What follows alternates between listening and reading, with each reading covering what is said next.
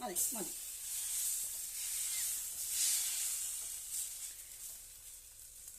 മതി മതി.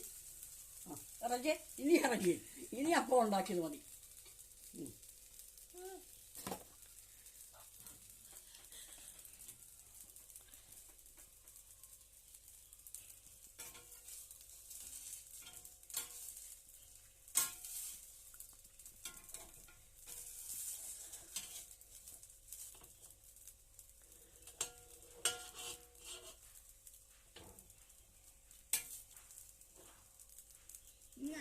ഇങ്ങനാണോ അപ്പം ഉണ്ടാക്കുന്നത്?